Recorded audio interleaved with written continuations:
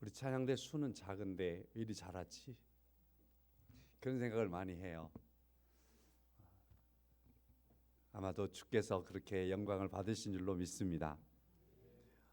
우리 자주 말씀을 드리지만 우리 성도님들의 삶 속에서도 하나님을 많이 노래하는 삶들이 있기를 축원합니다. 오늘 본문의 말씀은 이제 다윗의 시편이 150편까지 있거든요.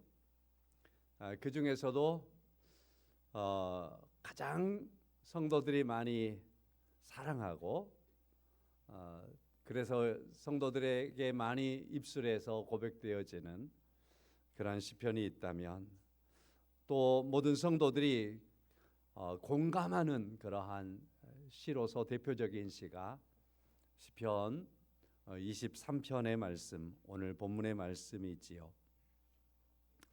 다윗은 성장할 때 목자로 성장을 했습니다. 양치기가 이스라엘의 왕이 됐습니다. 양치기가 이스라엘의 왕이 돼서 양을 치던 경험이 이스라엘의 왕으로서 무슨 유익이 있겠느냐 싶지만, 이스라엘 사회에서 양치기가 가장 천한 사람 직업 중에 하나, 그렇게 말할 수도 있지만, 그런 직업을 가졌던 사람이 이스라엘의 왕이 됐을 때 양치기로서의 살았던, 목자로서의 살았던 그 삶이 이스라엘의 왕으로서의 그가 이스라엘 백성들을 치리하고 하나님께서 허락하신 바대로 인도해 나갈 때에 양치기 목자로서의 경험이 너무나 소중한 경험이었다라는 거죠. 그 경험을 없었더라면 어쨌을까? 목자의 경험이 없었더라면 내가 이처럼 이스라엘의 왕으로서 왕의 직을 수행할 수 있었을까? 그런 생각을 할 수 있을 만큼 다윗에게 있어서는 목자로서의 성장했던 그 과정이 그렇게 유용하게, 그리고 하나님 앞에 쓰임받는 이스라엘 왕으로서 왕의 자리를 지켜가는 그렇게 유익한 삶이었었다라고 하는 사실입니다.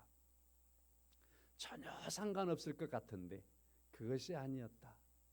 그리고 그는 그러한 자신의 삶을 돌아보고 자기가 이스라엘의 왕으로 세워짐으로 말미암아서 하나님께 내가 이 이스라엘의 왕으로서의 자리를 어떻게 지켜갈 수 있을까요? 어떻게 감당할 수 있을까요?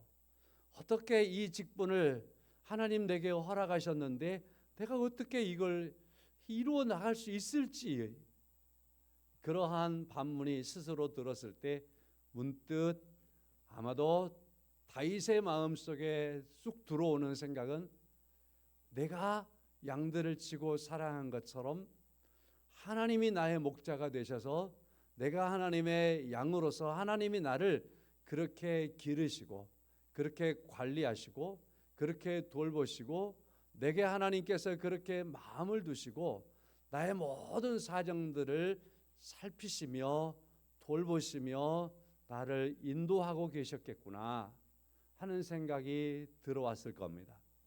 아니, 들어왔지요. 그래서 오늘 이제 1절의 말씀에 시작하는 말씀에서 그는 정의합니다. 여호와는 나의 목자입니다 라고 정의를 하게 되는 거죠. 성도 여러분, 말씀을 더 진행하기 이전에 우리의 삶, 목자의 삶이 하나님을 섬겨나가는 데 있어서, 하나님께서 그에게 주신 직분을 감당함에 있어서, 그리고 자신을 돌아봤을 때에 하나님을 묵상하는 데 있어서 목자의 삶이 그렇게 유익했던 것처럼 저는 그렇게 믿습니다. 우리들의 모든 삶과 생활들은 다 각각의 하나님께서 친밀하게 우리와 함께 하시고 우리를 주장하시고 우리의 삶 속에 들어와 계시는, 내재해 계시는 그러한 삶의 형태들이고 모습이라고 믿습니다. 예를 들어서 아브라함을 말하면, 아브라함이 하나님의 명령을 듣고 먼 길을 갑니다. 여행자의 인생을 살게 되는 거지요. 그래서 그는 가고 또 가는 겁니다. 여기가 싶으면 하나님이 여기가 아니어야 더 가야 돼야 더 가는 거예요. 또 여기인가 싶었는데 이상한 일들이 일어나니까 떠나버렸어요. 하나님이 거기 말고 다시 돌아가자. 다시 돌아오게 만드는 거죠. 그러한 먼 길을 가고 또 갔다 또 돌아오는 그러한 삶들 속에서 아브라함은 나와 동행하신 하나님을 만나고 나의 길을 인도하신 하나님을 만나고 자기의 삶의 목적지를 정하시고 그곳을 향해서 계속 이끌어 가시는 섭리하신 하나님을 만나는 거지요. 그래서 그 하나님에 대한 고백과 그 하나님을 만나고 그 하나님의 은혜 가운데 살아가는 삶이 아브라함으로 하여금 믿음의 조상이 되게 하는 겁니다. 요셉을 말하면 아버지의 사랑을 극진하게 받습니다. 자, 그러던 그가 형들의 미움을 받습니다. 나락으로 떨어지기 시작하지요.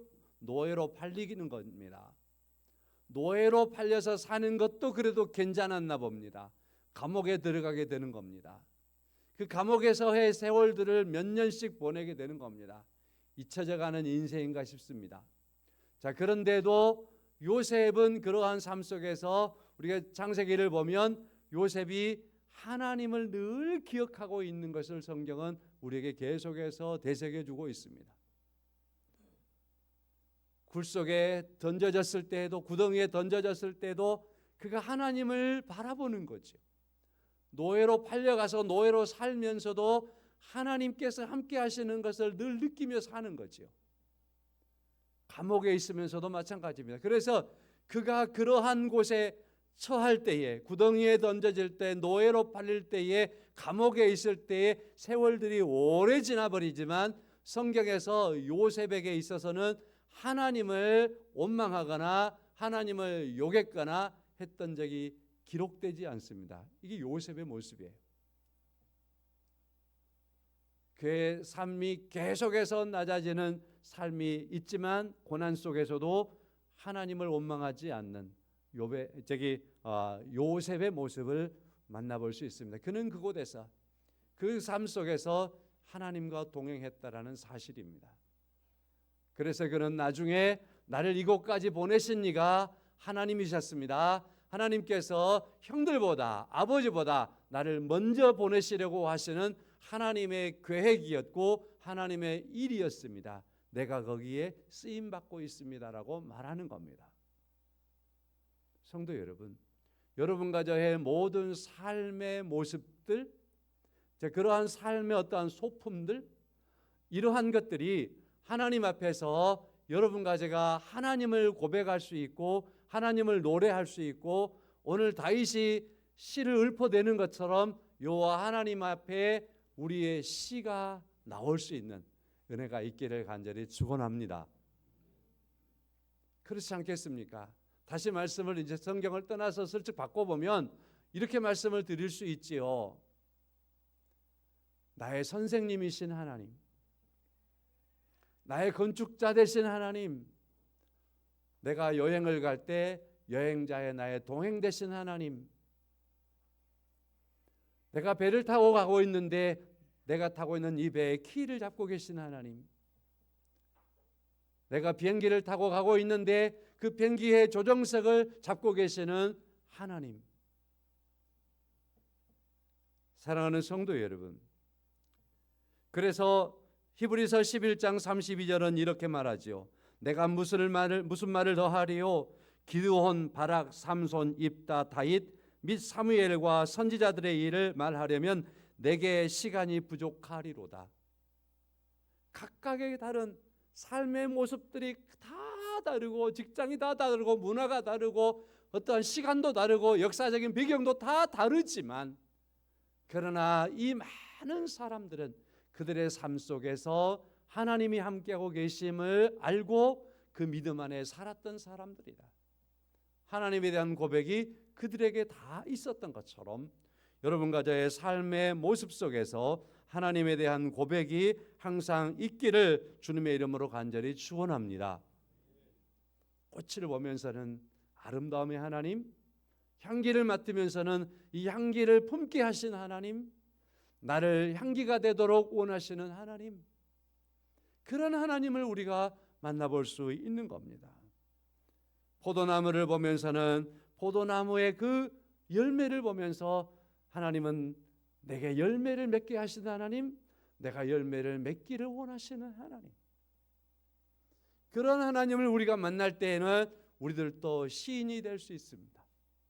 오늘 우리는 이제 시편을 보게 되거든요. 여러분 이번 주간 하나 둘 셋 네 주간이든가 시편을 계속 읽을 겁니다. 자, 이 시편을 읽어가면서 과제, 나의 모든 삶 가운데 깊이 내재하신 그 하나님에 대한 체험이 내 입술과 내 마음에서 내 심정에서 고백이 되어서 그 고백이 시가 될 수 있는, 시를 한 편 쓸 수 있는 그러한 기회가 될 수 있기를 주의 이름으로 간절히 축원합니다. 남의 시만 읽고 좋아하지 마시고 나도 시인이 되어야 되겠다. 하나님을 만난 자로서의 시인, 하나님을 믿는 자로서의 시인, 하나님으로부터 복을 받았으니 복받은 자로서의 그러한 시적인 고백이 우리에게 함께 있기를 간절히 소망합니다. 시가 그 어려운데 어떻게 쓰라고요? 그래서 아멘 안 해버린 거죠? 어렵지 않을 겁니다. 하나님에 대한 만남을 아름답게 입술로 속마음으로 고백하고 그 한마디가 노래가 되어지고 그 한마디가 여러분과 저의 입술에서 나올 때 하나님은 그를 통해서 영광을 받으실 줄로 믿습니다. 자, 말씀을 좀 더 계속하겠습니다. 오늘 다윗은 여호와는 나의 목자시니 내게 부족함이 없으리로다 라고 고백하고 있습니다. 여호와는 나의 목자시니, 서론에서 약간 언급했습니다만 그는 왕이 되어 내가 어떻게 이 일을 감당할까, 내가 어떻게 하면 이 일을 통해서 이 백성들 하나님의 백성들인데 계속해서 하나님을 잘 경외하며 살게 할 수 있을까, 하나님의 백성 된 것을 감사하며 행복한 삶을 살도록 할 수 있을까.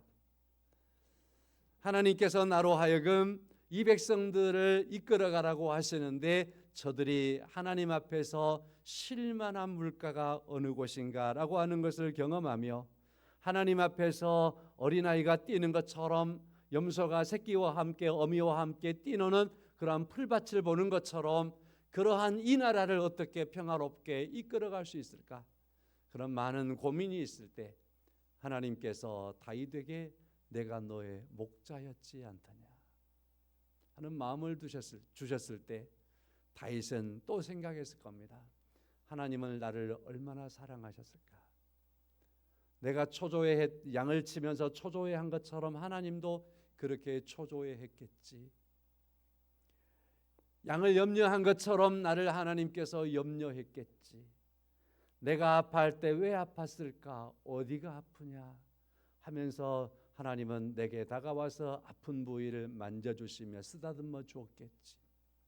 내가 그 어떤 소리를 낼 때에 이 소리가 아파서 하는 소리인지, 이 소리가 배고파서 하는 소리인지, 이 소리가 길을 잃어버려서 내가 하는 소리인지 하나님은 나의 소리를 듣고 그걸 다 분별하셨고 그래서 나의 길을 인도하셨고 나의 목마름을 회복해 주었겠지. 그런 하나님에 대한 그의 묵상이 있었을 것입니다. 사랑하는 성도 여러분, 오늘 본문의 말씀을 보면서 목자와 양과 목자, 절대의 신뢰와 보호의 관계 속에 있습니다. 오늘 저는 이 본문의 말씀을 묵상하다가 문득 출애굽기가 생각났어요. 이스라엘 백성들이 출애굽을 하고 광야를 지나던 모습들이 생각이 났습니다. 자, 그래서 출애굽기로 넘어가서 출애굽기 15장 부분부터 말씀을 좀 흩어보았습니다. 계속 살피면서 오늘 본문의 말씀을 보며 또 은혜를 받았습니다. 이 부분들을 조금 정리를 해보도록 하겠습니다. 이스라엘 백성들이 광야에서 광야를 접어들기 전에 홍해를 건넜어요.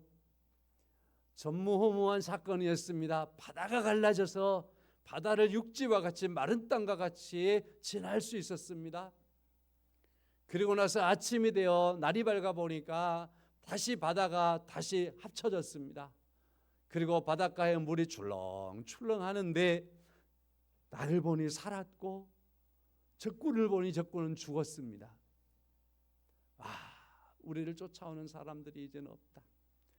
이제 우리는 뒤로 돌아서 갈 길도 없다. 하나님께서 여기까지 인도하셨으니 앞으로도 하나님께서 우리를 계속해서 인도하실 거다. 그 생각을 하면서 그날 아침에 이스라엘 백성들은 노래를 불렀습니다.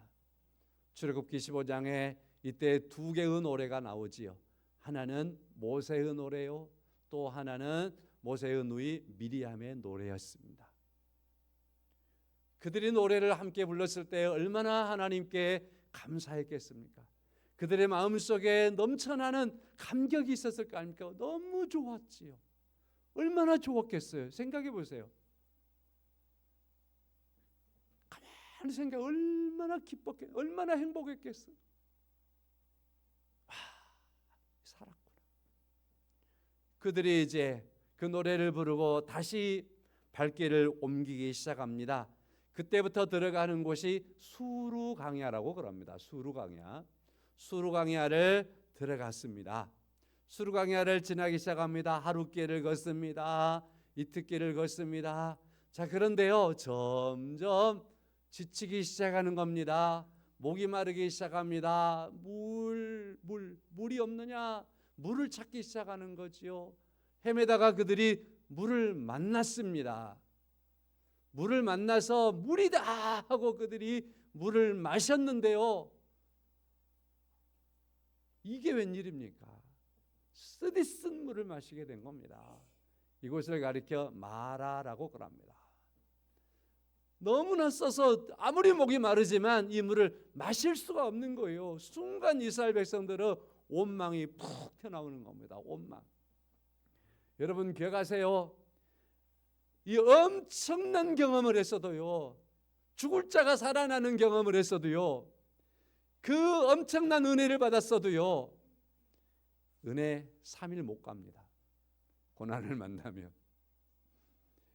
이스라엘 백성들이 사흘 만에 물을 만났는데 물이 쓰니까 홍해를 건너왔던 기억, 홍해를 건너서 찬양했던 찬양 새까맣게 잊어버리는 거예요. 그리고서 하나님을 원망하는 겁니다. 모세가 나서서 하나님께 기도하죠. 그때 하나님께서 이러이러하라 하니까 모세가 그대로 했더니 물이 바뀌어서 단물이 됐습니다. 쓴물이 바뀌어서 단물이 됐습니다. 이스라엘 백성들이 그래서 그 물을 마셨습니다. 다시 회복됐습니다. 여기에서 우리가 스치고 지나가서는 안 될 부분이 있습니다. 하나님께서 원망하는 그 이스라엘 백성들에 대하여 책망하지 않았습니다. 책망하지 않았습니다. 그리고 그들의 말을 들어주었습니다. 그래서 쓴물을 단물로 바꿔주었습니다. 그래서 그들이 물을 마셨을 때 하나님이 이스라엘 백성들에게 말씀을 던집니다. 기억하라. 기억하라. 나의 말, 내가 주는 말을 순종하고 나의 계명을 잘 지키면 앞으로 광야의 길을 갈 뿐만 아니라 애굽에서 너희들이 보았던 저 엄청난 많은 고통들, 많은 병들, 많은 그 고통들을 너희들에게 절대로 잊지 않게 하겠다. 그 약속을 하나님께서 해주시는 겁니다. 그리고서 이스라엘 백성들에게 계속 가자 했더니 이스라엘 백성들이 발걸음을 계속해서 옮겨서 엘림이라는 곳까지 가게 되는 겁니다. 엘림에 이르렀을 때 12개의 샘물이 있었고, 그리고 거기에서는 종려나무 70그루가 있었고, 그러니까 쉬운 말로 오아시스죠. 오아시스지들을 만났습니다. 거기에서 물을 마시며 거기에서 장막을 쳤습니다. 첫 번째 딱 장막 치는 곳까지 이렇게 왔던 겁니다. 첫 번째 장막치기까지 이스라엘 백성들은 은혜를 잊어버린 적도 있습니다. 하나님을 원망한 적도 있습니다. 그러나 하나님께서 그들에게 쓴물을 단물로 바꿔주시며 그들의 걸음에 새 힘을 주시며 하나님께서 이와 같이 시작해 하심은 앞으로 광야를 지날 수 있는 모든 과정 속에서 쓴물을 만나도 하나님의 단물로 바꾸실 것이며 고통 중에 있어도 그 고통을 하나님께서 잘 견뎌나갈 수 있도록 도우실 것이며 이 백성들을 인도자가 되어서 엘림에 이르도록까지 했던 것처럼 약속의 땅까지 그렇게 이르도록 하겠다라고 하시는 하나님의 약속이 집약되어 있는 사건이 이 사건이었던 겁니다. 이와 같이 하셔서 하나님은 이스라엘 백성들의 40년 광야 생활을 무사히 지나게 하시는 겁니다. 40년의 광야 생활을 마무리할 때 신명기 2장 7절의 말씀에 모세는 이렇게 말합니다. 내 하나님 여호와께서 내게 하는 모든 일에 내게 복을 주시고 내가 이 큰 광야에 두루 다님을 알고 내 하나님 여호와께서 이 40년 동안을 너와 함께 하셨으므로 내게 부족함이 없느니라. 40년을 하나님께서 돌아보시며 이스라엘 백성들에게 말씀하는 거예요. 이 40년을 너와 함께 하셨으므로 내게 부족함이 없느니라. 40년 광야를 마치고 있는 백성들에게 40년 동안 하나님께서 함께 하였으므로 지금 우리가 있는 이 모압 땅에 여기에서 우리에게는 부족함이 없느니라. 이렇게 고백하고 있는 겁니다. 이렇게 선언되어져 있는 겁니다. 사랑하는 성도 여러분, 광야의 40년 이 과정 속에서 이스라엘 백성들 그간의 과정에서 하나님은 그들과 함께 하셨고 하나님께서는 광야에서 이스라엘 백성들의 인도자요 목자였습니다. 그래서 그들로 하여금 부족함이 없게 하셨습니다. 그래서 부족함이 없이 마지막 장소에 서 있습니다. 그런데 여기서 아쉬움이 있는 거예요. 그 아쉬움은 뭐냐 하면 이스라엘 백성들이 광야를 지나온 곳곳에서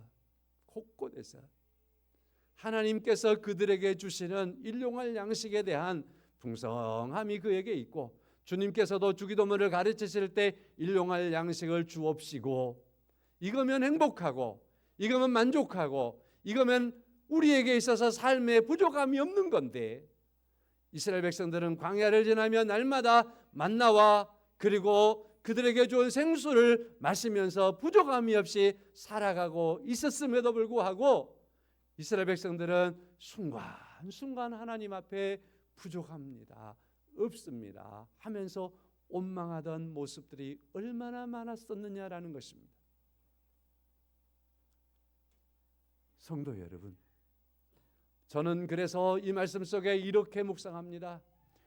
오늘 우리의 삶은 광야를 지나고 있는 삶이요 지금 살아가고 있는 나의 삶은 하나님께서 나의 목자가 된 그러한 위치에 있으며 나는 하나님의 인도하심을 받고 있기 까닭에 오늘의 일용할 양식을 주시며 우리의 삶 속에서 우리에게 목마르지 않도록 하시는 하나님의 은혜는 오늘 또 그 하나님의 은혜를 안다면 우리는 하나님 앞에 원망할 이유가 없습니다. 부족하다라고 떼깡을 부릴 이유가 없습니다. 하나님께서 지금 우리에게 허락하시는 그 은혜에 감사하며 살아가는 그런 삶이기를 주의 이름으로 축원합니다. 여러분, 성도 여러분, 오늘 우리에게 하나님이 부족함이 없이 하시는 그 하나님을 우리가 붙잡아야 되고 그 하나님과 동행해야 되는 거예요. 하나님은 그렇게 우리와 함께하기 때문입니다. 저는 핸드폰에요 메모지에 많은 것들을 메모했는데요, 그 중에서 사람들의 묘비에 있는 글을 메모를 해놓았습니다. 그래서 간혹 생각나면 찾아가지고 사람들이 자기 묘비에 써놓았던 그러한 말들을 읽어봅니다. 오늘은 3개만 소개할게요. 버나드쇼. 우물쭈물하다가 내 그럴 줄 알았다. 언젠가 내가 읽어드린 것 같아요. 마지막 인생을 마무리하면서 내가 우물쭈물 그렇게 살다가 내 인생 그럴 줄 알았다. 그렇게 자기 인생을 보면서 무덤에다 써놨어요. 비석에다. 박수군 아시죠? 천당이 가까운 줄 알았는데 멀어. 천당이 가까운 줄 알았는데 멀어. 모파상 아시죠? 이분도 모든 것을 갖고자 했지만 결국 아무것도 갖지 못했어. 모든 것을 갖고 싶었지만 결국 아무것도 갖지 못했다. 그러니까 많은 비문에 있는 그 비문들 다는 그렇지 않지만 그러나 대다수의 비문들을 보면 거기에 보면 지금껏 살아와서 죽음을 앞두고 있는 상황 속에서 자기의 뒤안길들에 대해서 내가 왜 그렇게 살았을까? 후회, 자책, 내가 좀 더 잘 살아볼 것을 그렇게 생각하는 그러한 글귀들을 많이 남겼더라는 것입니다. 왜 그럴까? 왜 그럴까? 하나님이 오늘 내게 부족함이 없게 하시는 그 하나님을 몰랐기 때문에 그렇다. 많이 그렇게 생각을 정리해 봅니다. 사랑하는 성도 여러분, 부족함이 없으리로다. 광야의 출애굽 사건과 더불어서 광야의 삶을 접목을 시켜보니까 오늘 시편 23편은 광야의 삶을 사는 이스라엘 백성들의 고백인 것 같은 느낌 오지 않습니까? 그렇다면 우리의 삶이 광야의 삶이라면 이 고백이 우리의 고백이어야 되지 않겠습니까? 우리는 매일 성경을 계속해서 하고 있고요. 지난주 금요일 날 그 신명기 말씀 마지막 보았지요. 모세는 이렇게 마지막을 정리했습니다. 신명기 34장 29절입니다. 이스라엘이여 죽음을 앞두고 있는 모세가 하는 말입니다. 이스라엘이여, 광야에 40년 동안 걸어왔던 여러분들이여, 인생을 살아왔던 여러분들이여, 그러면서 그들에게 이렇게 말하는 거예요. 너는 행복한 사람이로다. 광야 걸어오면서 힘들었습니까? 광야를 걸어오면서 걸으면서 지쳤습니까? 그래도 생각하십시오. 하나님이 우리의 목자였습니다. 하나님이 우리를 인도하였습니다. 하나님이 우리와 함께 했습니다. 그리고 여기까지 인도했습니다. 그리고 하나님은 지금도 우리와 함께하고 계십니다. 그리고 앞으로도 하나님께서는 우리와 함께할 것입니다. 그러니 이스라엘이여, 우리는 행복한 사람들입니다. 행복한 하나님의 사람들입니다 라고 모세는 이스라엘 백성들에게 노래로 불러주고 있습니다. 하나님이 우리의 목자가 되심에 목자 되신 그 하나님의 은혜 가운데 살아가는 우리 고백이 주여 내게 부족함이 없습니다. 다른 말로 바꾸면 주여 내게 너무 행복합니다. 주께서 주시는 행복한 은혜가 주 안에 있기를 다시 한번 주의 이름으로 간절히 축원합니다. 그래서 혹자는 말합니다. 다윗이 말하고 있는 오늘 1절의 이 말씀, 여호와는 나의 목자시니 내게 부족함이 없으리로다. 이 말은 다윗이 그의 일생 동안 체험을 했던 그 생생한 신앙의 고백이요, 그리고 내게 부족함이 없으리로다라고 하는 이 말씀은 믿음의 선언이다 했습니다.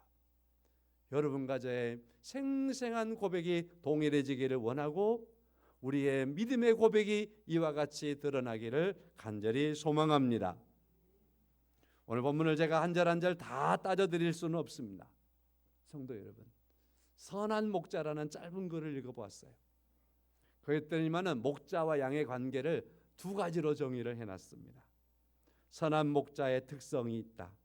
첫째는 헌신성이다. 선한 목자는 양을 향해서 헌신하는 목자다. 양을 보호하기 위해서 죽음도 감당하는 목자다. 선한 목자다. 두 번째, 선한 목자는 친밀성이 있다. 양과 사람의 관계지만 그럼에도 불구하고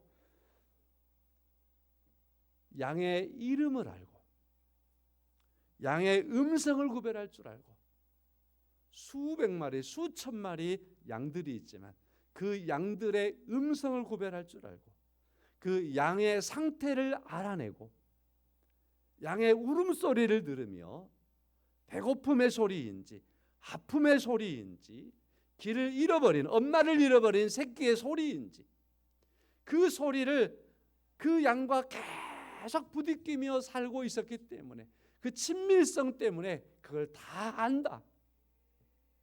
하나님은 그의 아들 예수 그리스도를 이 땅에 보내셔서 십자가에 죽기까지 우리의 목자장 되신 주님이 우리를 위해서 헌신하심으로 우리를 구원하신 줄로 믿습니다. 그 구원하심은 내게 부족함이 없게 하시는 구원하심이고, 그리고 오늘 본문의 말씀에 마지막 절에 끝에 있는 것처럼 내가 여호와의 집에 영원히 살리로다라고 하는 이 고백같이 우리로 하여금 영원한 삶을 허락하는 헌신이었고, 그리고 또한 내가 이 땅에 살아갈 때 나는 한없이 부족하니 내 갈 길도 모르고 잊어버리고 그렇게 살 수밖에 없으니 하나님께서 나와 친밀하게 다가오셔서 나와 그냥 가까이 하고 계시면서 잠잘 때도 나와 함께 자주고 일어날 때도 함께 일어나주고 도둑놈이 와서 나의 것을 가져갈까 봐서 밤새워 잠도 안 자고 지켜주고 그렇게 해주시는 나의 목자는 나와 가장 친밀하게 나와 함께 했다. 믿으십니까? 우리 주님 그렇게 우리가 보는 겁니다. 스펄전 목사님이 행복에 대해서 이렇게 정의를 했습니다. 행복은 많이 가졌다, 즉 얼마만큼 가졌다라고 하는 것이 아니고 행복은 누리는 것이다. 누리는 것이, 잘 누리는 것이 행복이다. 그렇게 했습니다. 제가 언제부턴가 우리 교회에서 목회하면서 제가 간혹 던져드리는 메시지 기억하실 겁니다. 여러분, 우리는 잘 누려야 합니다. 이거 기억 안 나시면 제 설교를 잘못 들은 겁니다. 우리는 잘 누려야 합니다. 많이 가진 것이 행복이라고 많은 사람들은 생각을 하고 막 지어 긁어 모으려고만 합니다. 그러나 그게 행복이 아닙니다. 우리에게 행복은 내게 있는 것을 어떻게 누리느냐, 잘 누리는 그 사람이 행복한 사람입니다. 주님이 우리와 함께하고 계시기에 주님과 함께하며 행복한 은혜를 잘 누려나가는 은혜가 있기를 주의 이름으로 간절히 축원합니다. 그렇게 잘 누릴 수 있는 그 사람이 오늘 시편 23편의 말씀을 읽으면 이 말씀이 정말 은혜이구나, 이 말씀이 정말 나의 고백이구나 라고 하는 그런 놀라운 은혜로 다가오게 될 줄로 믿습니다. 우리의 목자이신 하나님이 내 잔이 넘치게 하시는 하나님이십니다. 어떻게 누리느냐? 5절 하반절 말씀에 내 잔이 넘치는 것을 누리고 영원히 나를 살게 하시는 영원한 삶의 은혜를 잘 누리는 은혜가 있기를 주의 이름으로 간절히 축원합니다. 여호와는 나의 목자십니다. 우리 함께 찬송하겠습니다. 569장입니다. 선한 목자 되시는